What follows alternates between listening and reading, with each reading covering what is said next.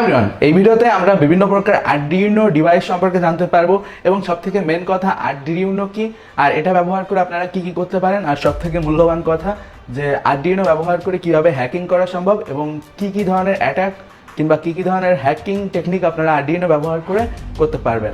Arduino আসলে একটি company, যে কোম্পানি বিভিন্ন ধরনের মাইক্রো কন্ট্রোলার বোর্ড তৈরি করে থাকে। এর ভিতর কিছু কিছু মাইক্রো কন্ট্রোলার বোর্ড আছে যেগুলো ইউজ করে আপনারা বিভিন্ন প্রকার প্রজেক্ট তৈরি করতে পারেন, অ্যাজ লাইক ড্রোন অথবা বিভিন্ন ধরনের যে সমস্ত রোবটগুলো রয়েছে, কিংবা আপনি ওয়েদার স্টেশন থেকে শুরু করে বিভিন্ন ধরনের জিনিস তৈরি করতে পারেন। এর জন্য বিভিন্ন প্রকার সেন্সারও অ্যাভেলেবেল রয়েছে।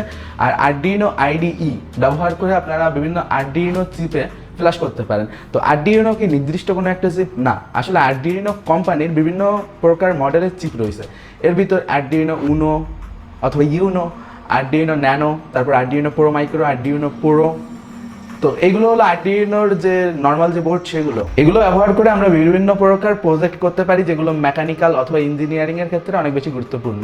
যারা ইলেকট্রিক্যাল ইঞ্জিনিয়ারিং পড়েন কিংবা যারা মেকানিক্যাল ইঞ্জিনিয়ারিং পড়েন তারা আর্ডিনো সম্পর্কে জানবেন, কারণ এগুলো ব্যবহার করে বিভিন্ন প্রকার সায়েন্স প্রজেক্ট করতে হয়। বাট যেহেতু আমরা কথা বলবো বিভিন্ন প্রকার হ্যাকিং আর্ডিনো ডিভাইস সম্পর্কে, মানে যে আর্ডিনো ডিভাইসগুলোকে আমরা হ্যাকিং ডিভাইসে রূপান্তরণ করতে পারবো এবং বিভিন্ন ধরনের অ্যাটাক পারফর্ম করতে পারবো সেগুলো সম্পর্কে। সো গাইজ, এই জায়গায় আপনারা আমার হাতে তিনটি ডিভাইস দেখতে পাচ্ছেন।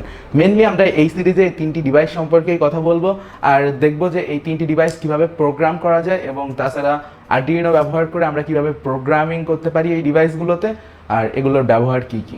আমার হাতে এই যে সার্কিটটি দেখতে পাচ্ছেন, এটা হলো নোড এমসিইউ ESP8266।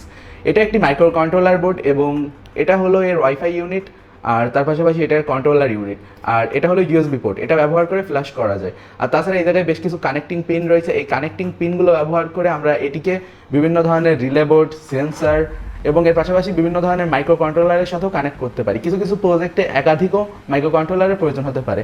এই ডিভাইসটি ব্যবহার করে আমরা ওয়াইফাই জ্যামার অর্থাৎ যাকে ওয়াইফাই ডিঅথারিং অ্যাটাক বলা হয়ে থাকে সেই অ্যাটাকটি পারফর্ম করতে পারি। তাছাড়া হোম অটোমেশন তৈরি করতে পারি, রিপিটার তৈরি করতে পারি এবং এর পাশাপাশি ইভিল টুইন অ্যাটাকও পারফর্ম করতে পারি, যেগুলো সম্পর্কে অলরেডি আমি আগে বলেছি আপনাদের।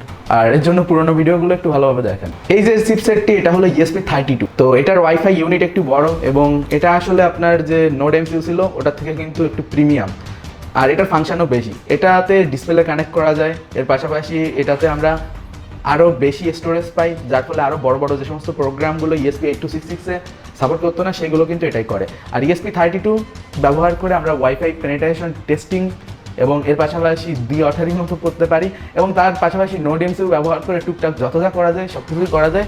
বাট এটার ক্ষমতা আরও বেশি, এটাই ছোটো TFT ডিসপ্লে বসানো যায়। তার পাশাপাশি এটা ব্যবহার করে আমরা হিডেন স্পাই ক্যাম্প তৈরি করতে পারি।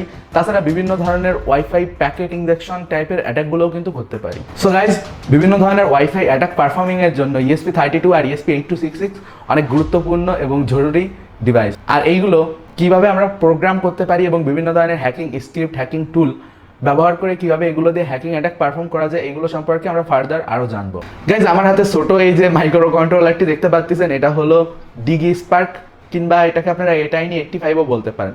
সাধারণত সকলে এটাইনি85 হিসেবেই এটাকে চেনে। এটা ব্যবহার করে আমরা USB রাবার ঢাকি তৈরি করতে পারবো এবং কম্পিউটার আসলে মনে করবে এটা একটা কিবোর্ড ইনপুট, আর আমরা এটাতে যা প্রোগ্রাম করে রাখবো সেই প্রোগ্রামগুলো কম্পিউটারে রান হবে এবং এর মাধ্যমে অ্যাটাক পারফর্ম হবে। আপনি চাইলে বিভিন্ন ধরনের ম্যালওয়্যার কিংবা বিভিন্ন ধরনের হ্যাকিং স্ক্রিপ্ট এটাতে সেট আপ করতে পারেন। আর তার পাশাপাশি এটারও আরও বিভিন্ন ব্যবহার রয়েছে। এই ডিভাইসটার ব্যাক সাইডে আপনারা এই জায়গায় দেখতে পাচ্ছেন বেশ কতগুলো কানেক্টিং পিন রয়েছে, আর এটাকে আসলে USB পাওয়ার করে কিন্তু বিভিন্ন ধরনের স্ক্রিপ্টও রান করা যায়। আর গাইজ, হ্যাকিং ব্যতীত এই ডিভাইসগুলোর আরও বিস্তর ব্যবহার আছে, যেগুলো সম্পর্কে আমরা ফার্দার নেক্সট ভিডিওগুলোতে জানতে পারবো। সো গাইজ, আমি এই যে তিনটি আর্ডিনো ডিভাইস দেখালাম, এগুলো ইথিক্যাল হ্যাকিং এবং সাইবার সিকিউরিটির ক্ষেত্রে অনেক বেশি গুরুত্বপূর্ণ। এ ব্যতীত আরও বিভিন্ন ধরনের ডিভাইস রয়েছে, as like Arduino pro micro, Arduino Uno. এগুলো ব্যবহার করেও কিন্তু বিভিন্ন ধরনের প্রজেক্ট করা যায়। আর গাইজ, এগুলোর প্রাইস খুবই কম, আপনারা চাইলে এই ডিভাইসগুলো নিউইডি শপ থেকে কিনতে পারেন। সো গাইজ, আশা করি আপনারা জানতে পারিছেন যে আর্ডিনো ব্যবহার করে কী কী ধরনের হ্যাকিং অ্যাটাক করা সম্ভব এবং পরবর্তী ভিডিওগুলোতে আমরা আর্ডিনোর বেসিক সম্পর্কে জানবো, আর্ডিনো কীভাবে সেট আপ করতে হয়, আর্ডিনো ব্যবহার করে বিভিন্ন ধরনের হ্যাকিং স্ক্রিপ্ট এই মাইক্রো কন্ট্রোলারগুলোতে কীভাবে ফ্ল্যাশ করতে হয়।